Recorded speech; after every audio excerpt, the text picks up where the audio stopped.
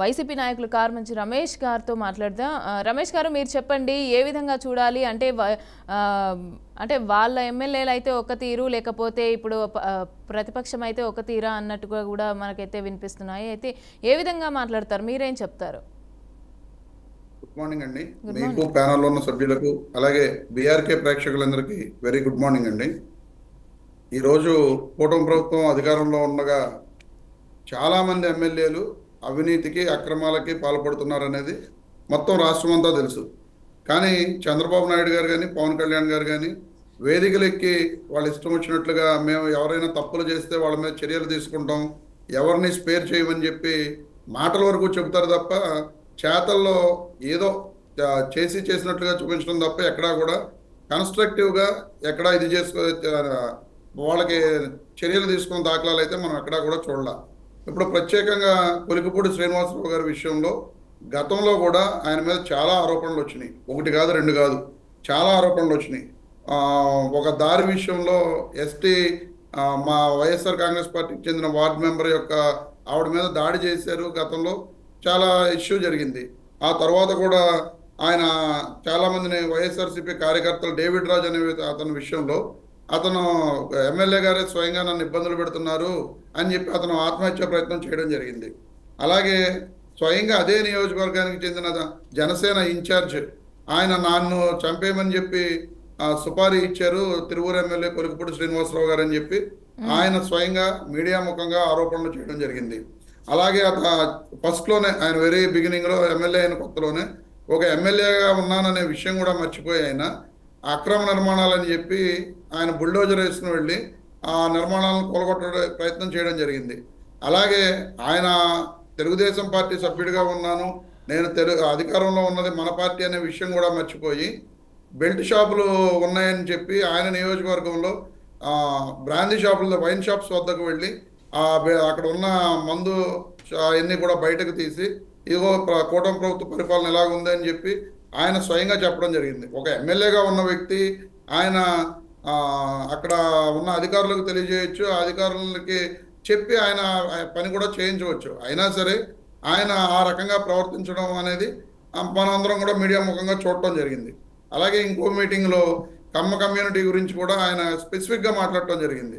చాలా తక్కువ మంది ఉన్న వాళ్ళు నా మీద పెత్తనం చేద్దామని చూస్తున్నారు, మరి ఎక్కువ మంది ఉన్న సామాజిక వర్గం అనేది ఈ రోజున అధికారంలో ఉన్నా సరే ఏమీ చేయలేని పరిస్థితులు ఉన్నాయని చెప్పి ఆ కమ్మ కమ్యూనిటీ మీద కూడా ఆయన రకరకాల వ్యాఖ్యలు చేయడం జరిగింది. అలాగే తెలుగు మహిళలందరూ కూడా మమ్మల్ని లైంగికంగా వేధిస్తున్నారని చెప్పి రోడ్లెక్కి ధర్నాలు చేసిన పరిస్థితి కూడా మనం ఆ తిరువురు నియోజకవర్గంలో చూడటం జరిగింది. అలాగే స్వయంగా జర్నలిస్టులు కూడా చంద్రబాబు నాయుడు గారికి తిరువూరు ఎమ్మెల్యే గారు మమ్మల్ని బెదిరిస్తున్నారు, ఏవైనా విషయాలు ఉంటే వాటిని మేము రాస్తే వాటి మీద మమ్మల్ని ఫోన్లు చేసి బెదిరిస్తున్నారని చెప్పి చంద్రబాబు నాయుడు గారికి స్వయంగా జర్నలిస్టులు అందరూ కూడా కంప్లైంట్ చేయడం జరిగింది. ఈ రకంగా ఎన్నో విషయాల్లో ఎన్నో వివాదాల్లో తిరువూరు ఎమ్మెల్యే గారు గత 10 నెలలుగా ఉన్నా సరే ఆయన మీద చర్య క్రమశిక్షణ కమిటీకి రాసాం, క్రమశిక్షణ కమిటీ నివేదిక అని చెప్పి గత 10 నెలలుగా ఎటువంటి చర్యలు తీసుకునే దాఖలాలు కూడా తెలుగుదేశం పార్టీ నుంచి మనం చూడటం జరిగింది. ఈ రోజున ఏంటంటే స్వయంగా రమేష్ రెడ్డి అనే టీడీపీ నాయకుడు అక్కడ ఉన్న ఒక గిరిజన మహిళలను లైంగికంగా వేధించారని చెప్పి మనకు బయటకు వచ్చిన ఆడియోల విషయంలో మనందరం కూడా వినడం జరిగింది. ఆయన మీద 48 గంటల్లో చర్యలు తీసుకోకపోతే నేను రాజీనామా చేస్తానంటూ శాసనసభ్యుల వారు చెప్పడం జరిగింది.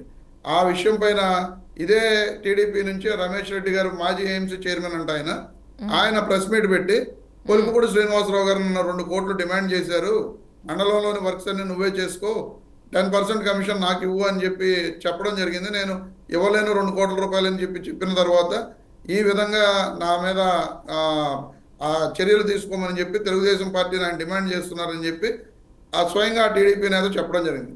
మరి వీటన్నిటిలోనూ చాలా విషయాల్లో మనందరం కూడా స్వయంగా వీడియోల్లో కానీ ఆడియోల్లో కానీ చూడటం జరిగింది. కానీ తెలుగుదేశం పార్టీ ఎక్కడా కూడా చర్యలు తీసుకున్న దాఖలాలు అయితే మనం చూడలేదు. సో తెలుగుదేశం పార్టీ అయినా సరే జనసేన పార్టీ అయినా సరే వాళ్ళు ఎమ్మెల్యేలు చేస్తున్న చెప్పండి రమేష్ గారు. ఆల్రెడీ దీనికి సంబంధించి అయితే టీడీపీ అధిష్టానం సీరియస్ అయింది, ఆల్రెడీ మాట్లాడుతున్నారు, చర్యలకు సిద్ధం అని అంటూ ఆగ్రహం వ్యక్తం చేస్తున్న పరిస్థితులు కూడా ఉన్నాయి. ఇప్పుడు మేడం గారు ఒక ఫస్ట్ ఇన్సిడెంట్ జరిగిన రోజునే ఆ రోజున ఆయన పిలిచి చెప్పారని చెప్పి మనం అందరం కూడా టీవీలో వాటిలో చూసాం. కానీ నేను ఒక 10 ఇన్సిడెంట్స్ చెప్పాను ఇప్పుడు మీకు. ఇవి కాకుండా ఇవి బయటకు వచ్చిన ఇన్సిడెంట్స్ మాత్రమే. అవును. బయటకు రాని ఇన్సిడెంట్స్ చాలా ఉన్నాయి. ఈ ఒక్క ఎమ్మెల్యే గారి మీదే కాదు. ఈ రోజున ప్రెస్ మీడియాను కూడా బెదిరిస్తున్న ఈ ఎమ్మెల్యే గారే బెదిరించారని చెప్పి స్వయంగా చంద్రబాబు నాయుడు గారికి కంప్లైంట్ చేసిన దాఖలాలు స్వయంగా ఈ ఎమ్మెల్యే గారి మీదే మనం చూసాం. బయటకు రాని ఇన్సిడెంట్స్ రాష్ట్ర వ్యాప్తంగా ఉన్న కూటమి ఎమ్మెల్యేలు ఎన్నో ఉన్నాయి, ఎన్నో జరుగుతున్నాయి. కానీ వాళ్ళెవరి మీద కూడా చంద్రబాబు నాయుడు గారు చర్యలు తీసుకున్న దాఖలాలు కానీ ఇప్పుడు ఎక్కడో దాకా, ఎందుకంటే జనసేన ఎమ్మెల్యే గారు పంతం నానాజీ గారు కాకినాడలో ఒక డాక్టర్ గారి మీద, ప్రొఫెసర్ గారి మీద ఆ యూనివర్సిటీకి వెళ్ళి, అక్కడ రంగరాయ మెడికల్ కాలేజ్ యూనివర్సిటీకి వెళ్ళి అక్కడ ఆయన దౌర్జన్యం చేసి ఆయన మీద దాడి చేసిన సంఘటన కూడా మనం చూసాం. కానీ ఆ ఎమ్మెల్యే మీద ఎక్కడా కూడా జనసేన పార్టీ, ఇప్పుడు పవన్ కళ్యాణ్ గారు అన్ని మాటలు చెప్తారు, మా ఎమ్మెల్యేలు ఎవరైనా, మా కార్యకర్తలు ఎవరైనా, మా వాళ్ళ నాయకులు ఎవరైనా తప్పు చేస్తే నేను చర్యలు తీసుకుంటానని చెప్పి, ఎక్కడో టోల్ గేట్ వసూలు చేశారని చెప్పి ఒక నాయకుడు, పెనంలూరు నాయకుడి మీద జనసేన పార్టీ నుంచి చర్యలు తీసుకున్నారు తప్ప ఎమ్మెల్యేగా ఉన్న పంతం నానాజీ గారి మీద పవన్ కళ్యాణ్ రమేష్ గారు మాట్లాడండి. తీసుకోవాలి కదా, తీసుకోవాలి. ఇప్పుడు నాయకులు వాళ్ళు చెప్పే మాటలకి గ్రౌండ్ లెవెల్లో జరుగుతున్న విషయాలకి చాలా తేడా ఉందనేది వైఎస్ఆర్ కాంగ్రెస్ పార్టీ తరఫున నేను తెలియజేస్తున్నానండి.